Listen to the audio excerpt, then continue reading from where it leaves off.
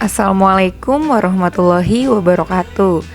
Kembali lagi bersama Ibu Guru, Ibu Asna Mariatul Kiptiyah yang akan menemani kalian di channel Asna Mariatul untuk membahas materi-materi pembelajaran kelas 5 sekolah dasar.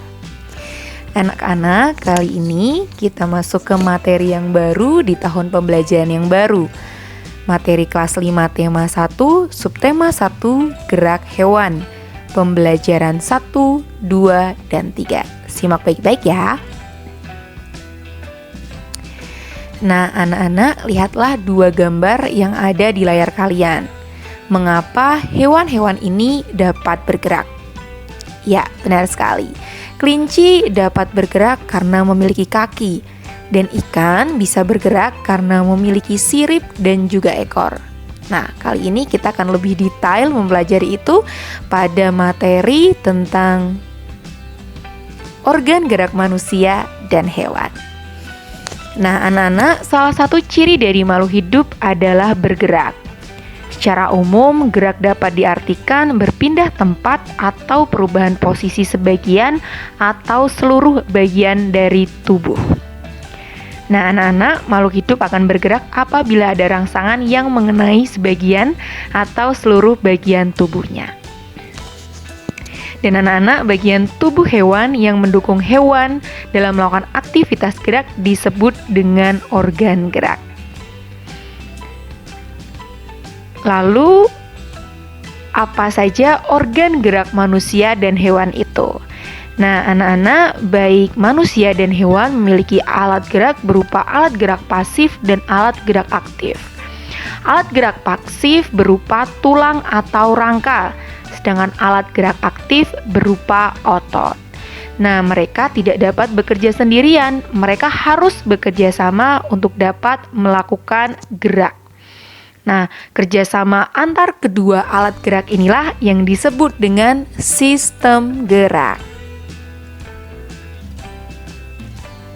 Anak-anak, kita lanjut ke materi bahasa Indonesia tentang menentukan ide pokok. Apa itu ide pokok? Anak-anak, ide pokok adalah ide utama atau inti pembahasan dari sebuah paragraf. Ide pokok sendiri itu juga sering disebut sebagai gagasan utama, gagasan pokok, atau pikiran utama. Nah, sebuah paragraf juga terdiri atas kalimat utama dan kalimat pengembang. Nah, letak ide pokok inilah ada di kalimat utama. Jika kalimat utama terdapat pada awal paragraf, maka disebut sebagai paragraf deduktif. Sedangkan jika berada di akhir paragraf, disebut sebagai paragraf induktif. Lalu bagaimana langkah menentukan ide pokok itu? Yang pertama, pastinya kalian harus membaca paragraf tersebut secara seksama. Kemudian, perhatikan kalimat demi kalimat dalam paragraf itu.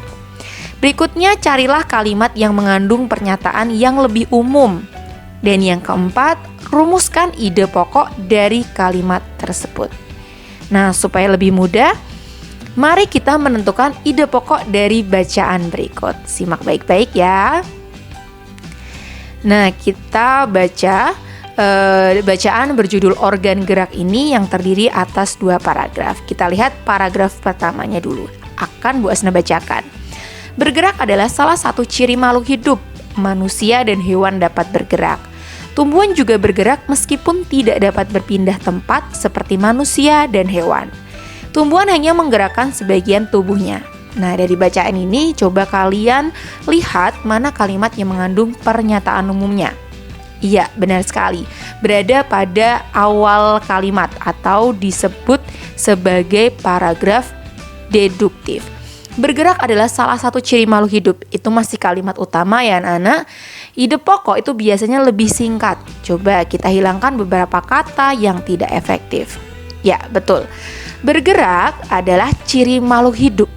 Atau kita bisa ganti dengan ciri makhluk hidup adalah bergerak. Itu adalah ide pokok dari paragraf pertama. Berikutnya paragraf kedua. Organ gerak pada manusia dan hewan terdiri atas organ gerak aktif dan organ gerak pasif. Organ gerak aktif berupa otot, sementara itu organ gerak pasif berupa tulang. Otot memiliki kemampuan untuk melakukan gerakan sendiri, sedangkan tulang hanya dapat bergerak jika digerakkan oleh otot. Kita cari mana kalimat yang mengandung pernyataan umum. Ya, ada di awal paragraf atau kita sebut sebagai paragraf deduktif. Organ gerak pada manusia dan hewan terdiri atas organ gerak aktif dan organ gerak pasif. Itu masih kalimat utama, mari kita sederhanakan agar bisa menjadi ide pokok. Ya. Organ gerak manusia dan hewan terdiri atas organ gerak aktif dan pasif. Jadi kata pada dan kata organ gerak aktifnya cukup kita sebutkan satu kali saja. Jadilah ide pokok yang lebih detail dan lebih sederhana. Oke anak-anak, kita lanjut materi berikutnya. Kita masuk ke materi tentang gambar ilustrasi. Nah, gambar ilustrasi itu pengertiannya apa? Gambar ilustrasi itu adalah gambar yang mendampingi sebuah teks atau cerita. Jadi kalau kalian buka buku, kemudian ada teks dan ada gambarnya, gambar itulah yang disebut sebagai gambar ilustrasi. Kenapa harus ada gambar ilustrasi anak-anak?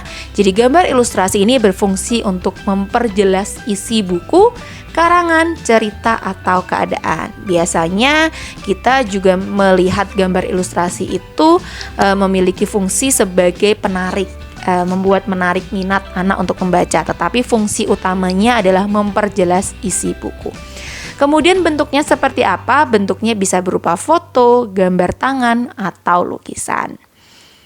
Nah, contoh gambar ilustrasinya kalian bisa lihat di sebelah kiri ini. Ada Edo yang diajak oleh Pak Rudi untuk datang ke kandang kelincinya. Nah, sebenarnya tanpa melihat teks pun kita bisa terbayangkan ya, karena kita melihat gambar ilustrasi itu. Gambar ilustrasi menunjukkan bahwa Edo pergi ke kandang kelinci milik Pak Rudi. Kemudian Edo bermain bersama dengan kelinci-kelinci yang lucu. Begitu. Itu contoh gambar ilustrasi anak-anak.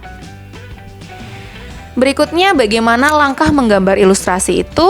Nah, anak-anak ada beberapa langkahnya. Yang pertama adalah menentukan gagasan atau ide. Ini adalah hal yang paling penting, makanya biasanya para seniman itu membutuhkan waktu yang cukup lama untuk mencari ide atau gagasan. Kemudian yang kedua adalah menentukan media. Media dibedakan menjadi dua, yaitu media alas gambar dan media pewarna. Media alas gambar itu ada kertas, kanvas, kain, kaca, dan komputer. Sedangkan media pewarna itu ada pensil, pensil warna, krayon, cat air, dan cat minyak. Berikutnya yang ketiga adalah membuat sketsa. Apa itu sketsa? Gambar sederhana berupa garis-garis yang menggambarkan objek. Biasanya kita menggambar sketsa supaya kita tidak takut kalau misalnya ada salah dalam menggambar gitu ya. Kalau ada salah tinggal kita hapus saja. Dan tentu saja yang keempat, yang paling penting adalah tahap pewarnaan gambar. Itu dia langkah menggambar ilustrasi. Anak-anak, kemudian kita kembali lagi membahas tentang organ gerak hewan. Ada beberapa hewan beserta organ-organ geraknya. Yang pertama adalah cumi atau sotong. Itu mereka memiliki tentakel dan juga mantel sebagai organ geraknya. Kemudian burung itu memiliki sayap dan kaki. Ikan memiliki sirip dan ekor sebagai organ geraknya. Kambing memiliki kaki sebagai organ geraknya. Kemudian tokek memiliki organ gerak berupa kaki. Dan ular memiliki organ gerak berupa perut. Itu adalah beberapa contoh hewan dan organ-organ geraknya. Berikutnya anak-anak, kita masuk ke materi PPKN tentang penerapan nilai-nilai Pancasila. Anak-anak, Pancasila itu merupakan dasar sekaligus pandangan hidup bangsa Indonesia. Nah, terdapat 5 sila yang masing-masing memiliki nilai luhur. Yang pertama, sila yang pertama ya anak-anak, yang dilambangkan dengan bintang. Nah, apa saja perilaku yang mencerminkan sila pertama? Itu ada bertakwa kepada Tuhan Yang Maha Esa, saling menghormati antar umat beragama, menghormati kebebasan orang lain dalam beribadah, dan tidak memaksakan satu agama kepada orang lain. Berikutnya, sila yang kedua. Apa saja perilaku yang mencerminkan sila kedua? Ada mengakui persamaan derajat, hak, dan kewajiban. 2. Tidak membeda-bedakan dalam berteman. 3. Bersikap tenggang rasa. 4. Menjenguk tetangga yang sakit. Jadi kalau sila pertama tadi membahas tentang hubungannya dengan agama dan keyakinan, kalau sila kedua itu tentang bagaimana menyayangi sesama umat manusia.